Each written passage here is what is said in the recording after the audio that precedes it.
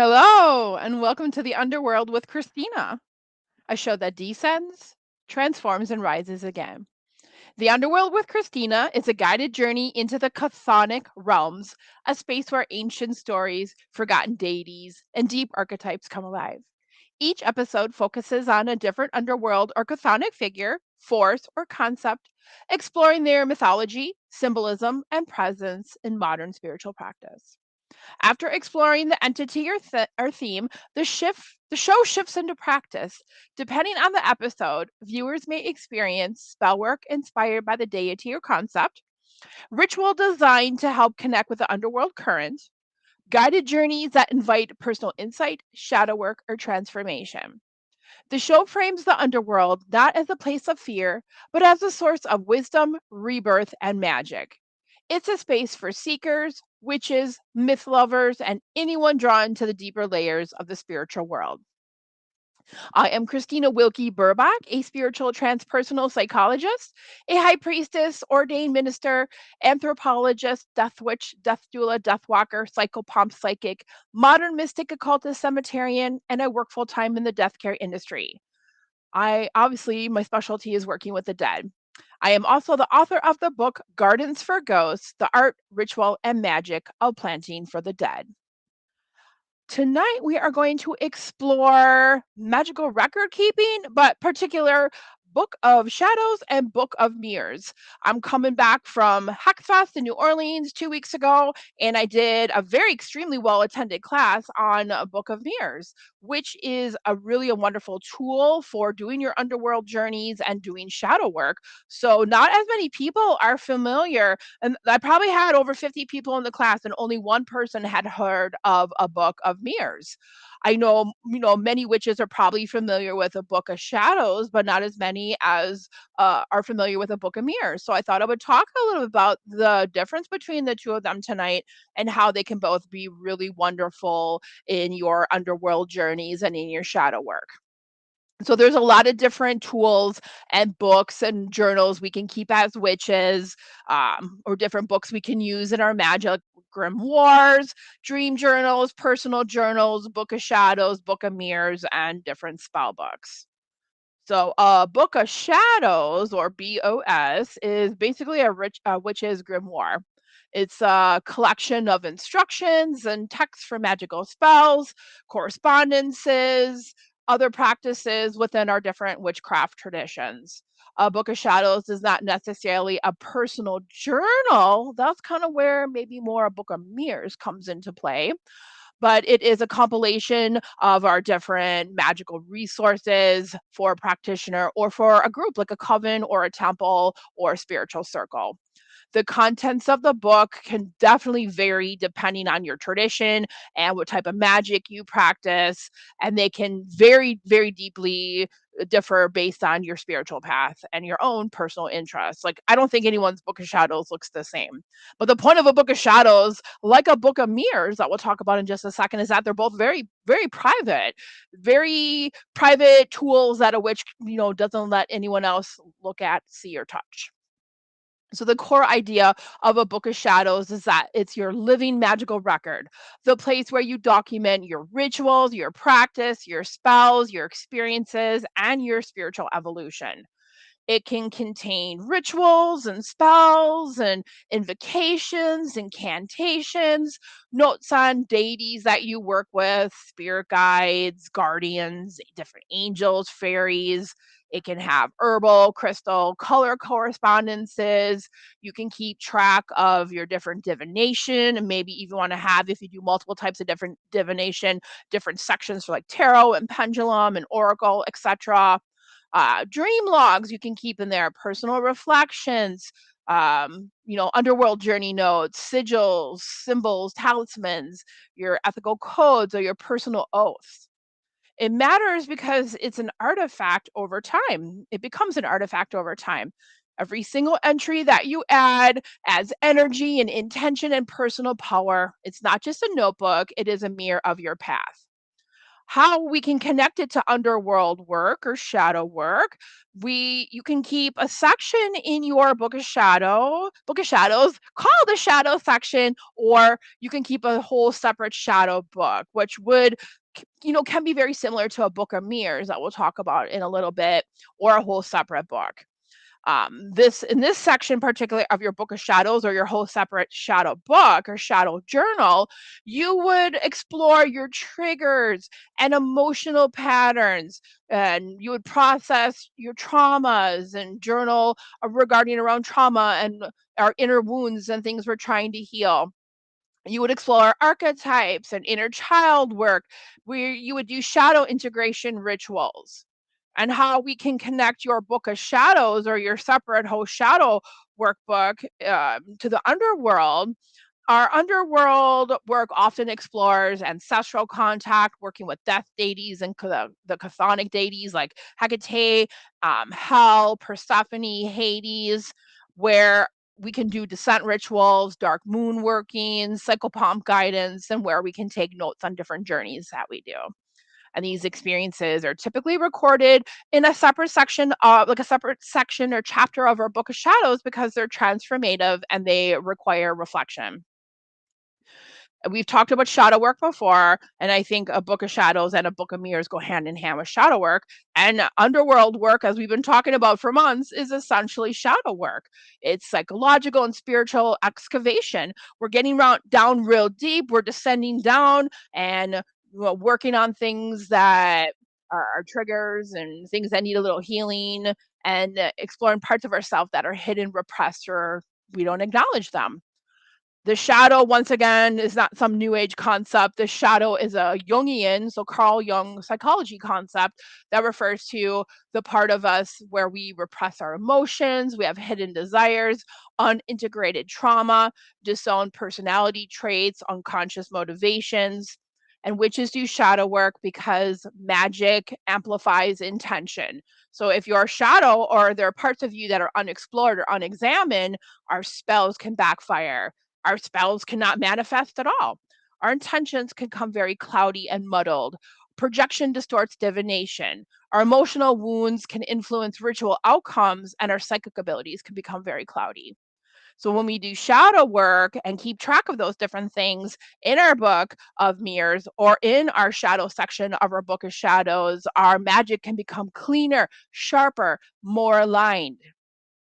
So how doing shadow work and working with your book of shadows connect, how it can connect to underground or underworld work. So shadow work, once again, is our inner descent, going down into our own personal underworld.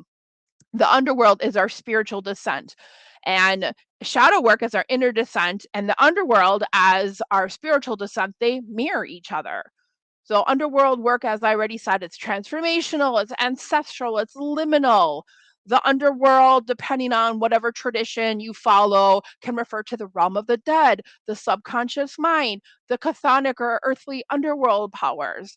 Liminal space between life and death, a place of initiation and rebirth, the shadow realm of the psyche. In your book of shadows, once again, you may have a section of deities that you work with. I do encourage you, if you do a lot of underworld work, to have maybe a whole section of your book of shadows of underworld deities and the chthonic deities. Once again, like Hecate, Persephone, Hades, Hell, Anubis, Odin, Santa Muerte. And then you can keep track of in, a book of shadows. I am very organized, very OCD, and I have different chapters for everything.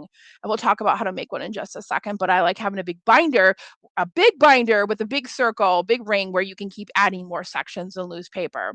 So in that shadow part of your book of shadows, you could journal your different practices, your underworld chthonic practices, like ancestral veneration, dark moon rituals, graveyard offerings, your descent meditations, chthonic deity devotion, spirit communication, shadow integration rituals.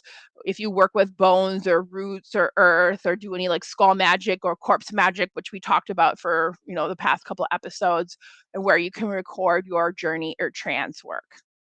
So how all these intersect is the You can think of it as a cycle that never ends. So shadow work is your inner descent. You confront your hidden self. Underworld work is your spiritual descent. You journey into the deeper realms of spirit, death, and transformation. And then you use your book, your shadows, or your book of mirrors for integration. Book of shadows, you reflect, you record, and you integrate what you learned. So it's the descent, revelation, transformation, integration. And we do that over and over again. If you're truly doing the work, descent, revelation, transformation, integration. And this is the same mythic pattern called the monomyth. Joseph Campbell, his famous book, The Hero with a Thousand Faces, came up with this concept, and it's reflected in all these mythologies around the world in which an individual, a god, a goddess, deity, goes to the underworld, overcomes some sort of challenge, and then emerges to the earth plane, like Persephone, Inanna, Orpheus, Odin, and Osiris, and even Jesus Christ. So every descent is a shadow story. The term Book of Shadows became popularized by Gerald Gardner, the father of Wicca. He popularized that term for witches, for like a witch's book or a witch's grimoire, or their book of spells. Nowadays, individuals can have a private book of shadows, but then a coven, a temple, or a group may have their own larger book of shadows in which individuals in that circle or in that group utilize that book as a group. So you may decide you want to have a physical book of shadows or a digital book of shadows. I'm sure many of us, depending on how old you are, have seen the TV show Charmed, and their big, beautiful book of shadows was a pretty, almost a main character in that TV show. So, you might want to have it on your computer as a locked file or a password protected file. You might want to have it on your tablet, your laptop, or you may want to physically create one by, using an old book, ripping out old pages, adding new pages, gluing pages together. I think it's really cool and really fun and really empowering to create your own book of shadows. But you can also, I have a really cool one here. I went to a witch fair and I found someone, this is perfect as my book of shadows. I found someone who had little like books and other wood things that they had wood burned, and this is a book made of wood. So I use this as one of, we're not going to show you inside because you don't show anyone inside, but I just think it's really cool with death on here. Very perfect for my book of shadows. So you can create your own book, you can buy a book, it doesn't matter as long as I think you have one and utilize it. So definitely feel free to, create your own cover. Like I said, I love the wood burning one. You can use, collages, paper, stickers, glitter, whatever floats your boat. So I think the cover is really important. You might want to add your name to the inside of the book or to the outside of the book, your craft name, your magical name. You can use a binder. I like using a binder so I can add more pages, or you can have multiple books to shadows. So a table of contents or an index, and then different parts of your book of shadows. There's so many different things that you can include in it, like different chapters or different sections for spells and prayers and incantations, and all these could be their own chapter. Potions and recipes, essential oil recipes, herb recipes, tea recipes, incense recipes, different types of green magic or candle magic or color magic, meditations, journey, spirit guide, a chapter on gods and goddesses. Like I said, I would include a whole separate section on chthonic or underworld gods and goddesses if that you do a lot of underworld work, a section for angels and elementals and fairies in the spirit world, oracle and tarot spreads. It's a whole section on divination, ritual ceremonies, a section on the chakras, phases of the moon, astrology information. I think every witch should know the three basics: their sun sign, their moon sign, and their rising sign. And maybe even have a copy of your entire natal chart in your book of shadows.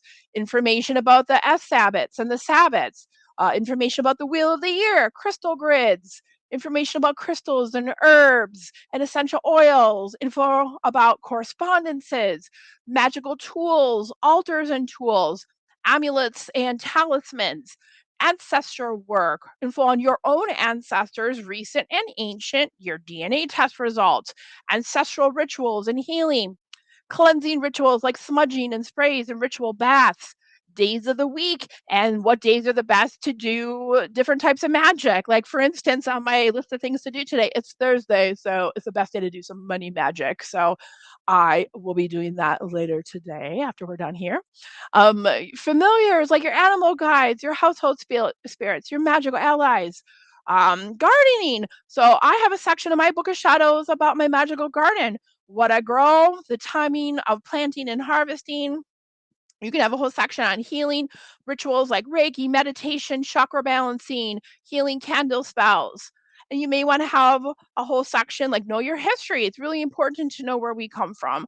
The history of witchcraft, the witch trials, information about shamanism, multicultural magical practices, ancient paganism, and folklore.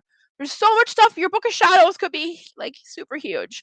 A home and hearth, like magical recipes, charms for protection, love rituals, lost civilizations, so information on like Avalon, Atlantis, Lemuria, moon magic, so lunar phases and their magical properties, lunar goddesses, moon rituals, drawing down the moon, how to make moon water, charging things in the moonlight.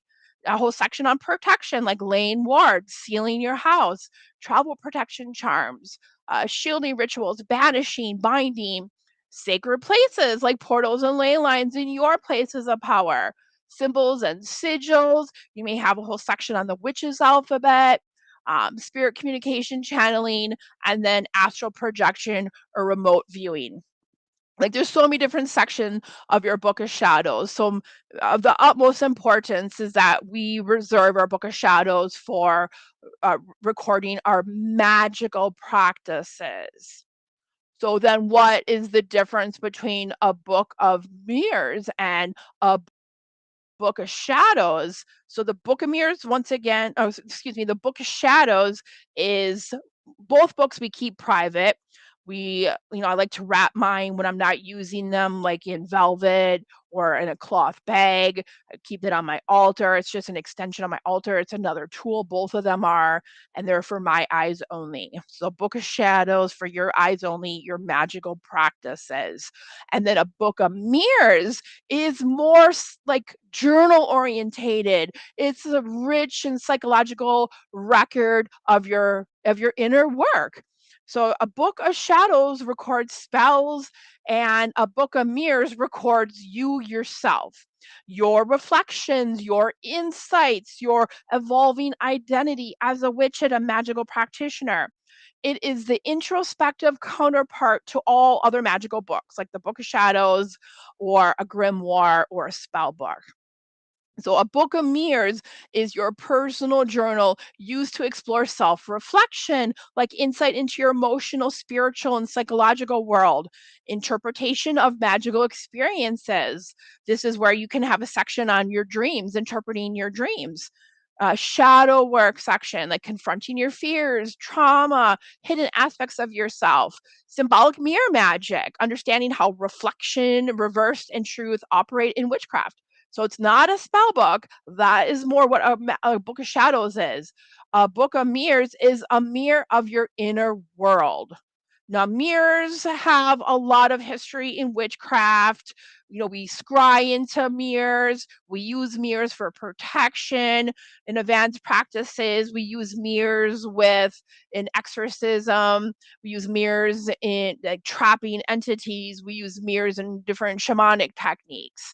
We use mirrors for reflection as amulets and talismans. So mirrors have a really rich history with witches. So once again, like your recipes, your correspondences, moon phases, deities, all that goes in your book of shadows. What goes in your book of mirrors? Very, very highly personal, can have lots of different sections like your book of shadows can. But inside your book of mirrors, it's your daily magical journaling, like your emotional states, your intuitive impressions, your energetic shifts. Like I said, you could have a whole section on dream work, dream logs, interpretations, recurring symbols, any nightmares or sleep paralysis that you experience. Where you might also record your experiences with meditation, journeying, and scrying. what you saw, what you felt, what symbols emerged, how your interpretations might change over time. Where a large section or a large part of the Book of Mirrors is shadow work. So, once again, confronting your fears, personal flaws, processing trauma, your emotional triggers. The mirror is literal here. The book reflects your inner truth. Reflections on rituals and spell work, like what, not the spells themselves, that goes in your Book of Shadows, but what worked, what didn't work, your emotional reaction, what state of mind were you in, ethical considerations, moral considerations, personal growth. Different self identity and transformation information can go in your Book of Mirrors, like shifts in belief, changes in magical style, personal milestones, exploring spiritual awakenings. So it's your developmental journal. It is a record of your personal experiences where we keep track of our individual growth in the craft. So once again, shadow work, personal growth, soul evolution, insight, self-awareness, dreams, journeying, and meditative experiences. You might also have paranormal experiences, psychic experiences, mystical things and signs you get in the mundane world, and intuitive readings that you've done for yourself or that other people have given you. Those are different things to reflect on in including your Book of Mirrors. Book of Mirrors is really powerful because it blends magic with psychology. A mirror is a truth. It shows us uncomfortable truths, hidden desires, self deception, emotional patterns. Mirror is also a gateway, a portal between worlds. It becomes a portal into your subconsciousness, your ancestral memory, your symbolic language, your intuition. Mirrors are also a form of protection. So, in your Witch's Book of Mirrors, you can explore sources of negativity, patterns of self sabotage, and your emotional vulnerability. So, a lot of different things that you can include in your Book of Mirrors. So, you can treat it as a spiritual diary, a mirror for your soul, a tool for self evolution, a record of your inner magic, a companion to scrying and divination and meditation. And, you'll choose what form works best for you, a digital one on your computer and like a locked file on a tablet, on a laptop, or a physical one. It's completely up to you. I think technology is wonderful for some people. Other people want something tangible. We also once again have to keep these private and secret, so that might help you determine what form you want this in. So when people have a Book of Mirrors, many times they like to decorate it with mirror shards, like actual pieces of mirror, silver ink, reflective foil, symbolic sigils, lunar imagery. Others like to keep it very plain and private. So it matters. So the Book of Mirrors matters because it is the most transformational magical book a witch can keep because it reveals patterns that spells alone cannot fix. Once again, my biggest pet peeve in magic is people who do spells for things, do magical spells, do magical workings for things, but don't do anything in the mundane world. Like the example I often give is I want a new job. So I do a spell for a new job, but I don't apply for jobs. I don't look for jobs. I don't work on my resume. Come on, you have to do things in the mundane world too. So those are explore. Are you a lazy witch? That's something to explore in your Book of Mirrors. So, doing the deep shadow work in your Book of Mirrors and journeying inward, you can help you reveal like patterns that spells alone cannot fix. It can deepen your intuition. It strengthens your magical identity. It teaches self honesty. It documents spiritual evolution. It is your inner grimoire, the magic of the self. So, whether it's a blank journal, a sketchbook, a binder with removable pages, a handmade book with stitch binding, like it doesn't matter what form it's in. Digital book, a hybrid book, like part physical, part digital, doesn't matter, whatever works best for you. And then I think it's very important, your Book of Shadows and your Book of Mirrors, that you cleanse it, consecrate it, and dedicate it. So it's very, very powerful to dedicate, consecrate your book. So basically, you're telling your subconsciousness, this is my magical tool, and this space is sacred. The inner pages of this book are sacred. So a very, very simple dedication ritual for both your Book of Mirrors and your Book of Shadows. I do think we should have both. I think they're wonderful companions, exploring our outer journey as a witch, but then our inner journey through our Book of Mirrors. So we know when you have your Book of Mirrors and Book of Shadows, light a candle, hold the book, and say something along the lines like, "This book, your Book of Mirrors, reflects my truth. May it show me what I need to see." And then you can write your name, your craft name, your magical name, or sigil on the first page.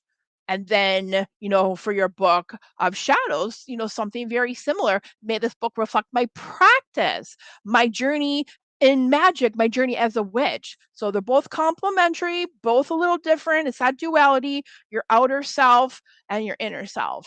Some more elaborate options is to cleanse the books with smoke or moonlight, anoint the corners with oil.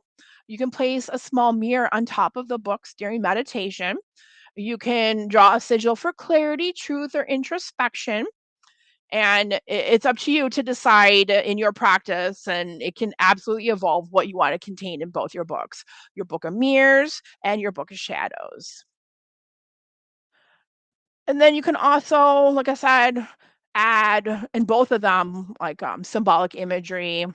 Something else you can add too, like obsidian or black mirror motifs, so water imagery to both of to your Book of Mirrors. After you dedicate the book, cleanse the book, write your name on the first page. I would on both your books, your Book of Mirrors and your Book of Shadows, dedicate. Write your intention for the book. Dedicate the book on your first page, and then your second page in your Book of Mirrors in particular. A really, really good question to ask yourself is, who am I today? Who am I today? A snapshot of my current self, my honest, raw, unfiltered answer to who I am today. Remember, you don't need to filter it. No one's going to see you but you. And if we lie to ourselves, we're not doing ourselves any favors. And then, doing a little mirror incantation is also something really helpful too. A short statement that activates the book's purpose, like, may this book reflect my truth and illuminate my path. And then you can definitely, page 4 could be your first reflection. Why you're creating this book, what it means to you, what you hope to learn, and what you feel you might discover. And then with both your Book of Mirrors and your Book of Shadows, it's important to establish a routine and a rhythm. Your Book of Mirrors grows through consistency, not perfection. So perhaps you like to check in every day or every week, or check in, when your emotions are up and down.